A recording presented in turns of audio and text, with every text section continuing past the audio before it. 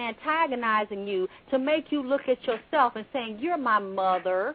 And there's, and then, you know, part of her, too, might be your own soul that is coming out of her, hitting you in the face as a cosmic mirror. So she's saying, yeah, the anger and the pent-up rage that you had when you were violating, you wouldn't speak it. You held it in, and you held it as self-hatred and low self-esteem, and you might have did other destructive shit, or you might have gave men or somebody else permission to do destructive shit to you. I know you're still pissed off inside, and this is your alter ego, and I'm going to bring this shit out of you, and I antagonize you because you need to get pissed off, and you need to deal with the shit, the unresolved shit that you wouldn't say to your mama that I'm saying to you. All she's doing is making you deal with yourself. You saying your daughter's the problem, but your daughter is the mirror, because you are the bag of shit. And when I'm saying bag of shit, you're not looking, you're not divine, because you don't know it. You are a goddess, you are a queen, you're magnificent, and you're beautiful, but your mother told you it was a bag of shit, and that you were nothing. And a part of you believed what your mother said. That's why it hurt you. Because a part of us we want our mother to idolize us and see we're beautiful, and we get those trophies, and we get those good grades, and we get those awards, because we want her to see we are magnificent and divine, and we want her to say it, and she would never say it. She would never take her power from you. She had power over you because she knew you wanted her to say you were divine, and because she never did, she knew that you lived as a victim. And then she wouldn't give it to you, and she died and wouldn't give it to you. And because you said, this is what I need from you, you didn't realize you were divine by yourself.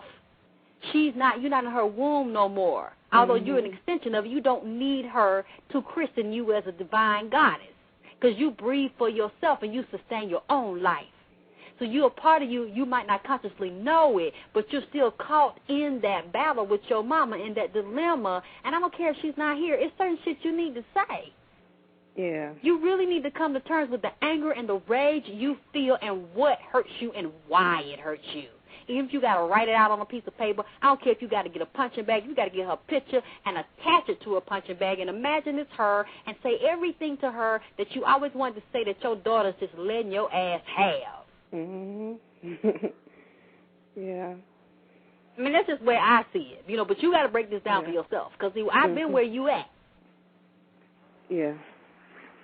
And I had to realize that stuff went about my child. Children do things they normally supposed to do, and they're vocal and they're intuitive, and they don't know how to lie and how to suppress shit until you start beating it into them, and you kept repeatedly telling them, don't say that. Did that man breath stink? Don't tell that man his breath stink. Go along with it. You hide things, baby. That's a nice thing to do. You teach them how to lie, and you teach them how to suppress. So now the other part of yourself that really wanted to stand up has come out through your daughter, and she's saying everything she want to say, how she want to damn see it, and let the chips fall where they may. And you want to attack her because you don't like the fact that this goddess done raised up in her so young and standing flat-footed and telling the damn truth. Yeah, that's it. What you got to do, though, she's telling you, you got to do it. You got to tell yourself the truth. You got to tell your mama the truth. You got to resurrect the goddess within you and get rid of all this shit you carrying. All the garbage, all the lies, all the self-defeating ideas, all the self-hatred, all the anger and the rage, because she did not christen you as divine. You got to get rid of that, and you got to christen yourself, because she ain't doing it. One day I had to tell myself that my mama ain't coming. It was just like in the movies when you look at them animals. Y'all need to watch some animal cartoons, because you can not just the cartoon, but the shows that can teach you something. When them lions give birth to them babies, they feed them for maybe 2 years. Then all of a sudden she get the hell on and go have some babies somewhere else. She lead them, and they wake up whining. Yelp, yelp, yelp. They yelping, looking for their mama, the little cub. Yep, yep, yep. They look for a few days until they realize she not coming. She ain't feeding you no more. She not protecting you from getting eaten no more by no hyenas or nothing else. You on your own. You might not never see her no more. Now, what you gonna do? Still whining? Yeah, where my mama? Where my mama? See, a part of us, when we hurting like that, we still whining for our mama to come back and pet us and love us and christen us as queens and divine, because that's her job. But if she don't do it, if she choose not to do it and oppose you as a part of a karmic debt you got, are you gonna do it for yourself? Or you going to spend your life wounded and limping, and then through your daughter and through other women, they standing up in your face and they telling you, I know who you are, but you can't see it. I know I'm divine. I'm going to spit this to you. I'm going to make you look at it. I'm going to make you look at yourself. I'm going to hit you. I'm going to hit you. I'm going to hit you. And the worst thing you can do is attack her, but because you setting up the cycle and you still not dealing with your own shit. Yeah. Instead of attacking her, I just tell her to, I kind of try to ignore it. I tell her she has to go in her room and she can't talk to me right now because I need a break. No, Mama, you can't ignore this. Now, send her somewhere to play, but you got to deal with yourself. You can't keep ignoring this, because for you to feel the anger or for you to feel the pain, that means it keeps coming up because your spirit is telling you the time is now. For you to raise up to be the goddess you were born to be, you have got to go into the past. You got to heal this shit, and you got to get rid of it. You got to deal with your pain, your anger, your insecurity, the grudges, and the unforgiveness.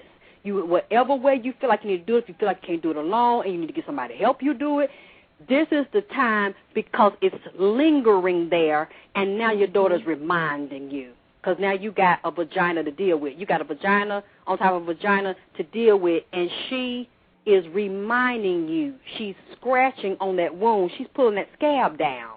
Mm-hmm. It's not her. It's you. Yeah. Mm-hmm. Well, oh boy, I don't, you know, I don't know, because when back years ago, about maybe 10 years ago, one of my ex-boyfriends told me, he said, you don't even love your mother. And it was so shocking, and it hurt me to hear him say that. But after a while, when I got by myself, and I thought about it for a long time, and I was like, did my mother cause so much damage to me that I really don't love her? When she passed away, I cried at her funeral, and that was it. I just cried a little bit at her funeral, and I went to work the next day. That's okay. I understand how you feel. You don't really she didn't give you a reason to love her. The way she hurt you and abused you, that is totally normal. And a part of you crying is also a part of you grieving, and the little girl part of you does have some love for her, but then another part of you is so cold and broken that you couldn't really feel it. There's nothing to be ashamed of or feel bad about. It's normal. Mm-hmm. She didn't deserve it. She wasn't worthy of your love. Just because she gave birth to you don't mean you have to respect her and love her when she's disrespecting you and telling you you're not worthy of love and kicking you in the gut every chance she can. Mm-hmm. And see, you got to look at all this stuff. You have got to heal it. It ain't about your daughter. That's why I was saying I had to realize it wasn't about my son. So when he sways something or crying or too loud to knock something down, me wanting to attack him because he did that, it really wasn't about what he did, because that's just what kids do. Grown folks waste shit. Usually a lot of times women will let a man waste something. Oh, baby, that's okay. You wasted. I'll get it up. But then they little boy, what the fuck is wrong with you? What you wasted for? Why you can't do nothing right? See, what's the difference? Why can you not tolerate the child wasting something, but then a man waste something that you fucking, oh, honey, that's so cute. You wasted. What you think of? And it ain't no problem. You can clean it up and ha, ha, ha. What's the difference? See, that's a sign of self-hatred. Because nothing your child does is ever right. And when they do something wrong, they get beat up like they did 10 things wrong. But then some man you screwing or that you liking, they can do shit like that all day.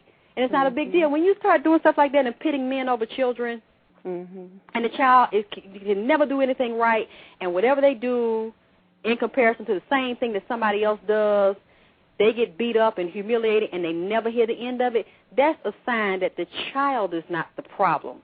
You are the problem. You got some other shit going on that ain't got nothing to do with that child. When you treat other people better than you do your own child, and the child is walking on eggshells, petrified that it can never do anything right around you because you're going to attack it. That's some old wounds that somebody else inflicted on you, and some old hatred and unresolved conflict within your own spirit and your own inner child that needs to be healed. But you take it out on that child, because what's the child going to do? Usually the man will slap the shit out of you, or the man is going to leave if you do that to them.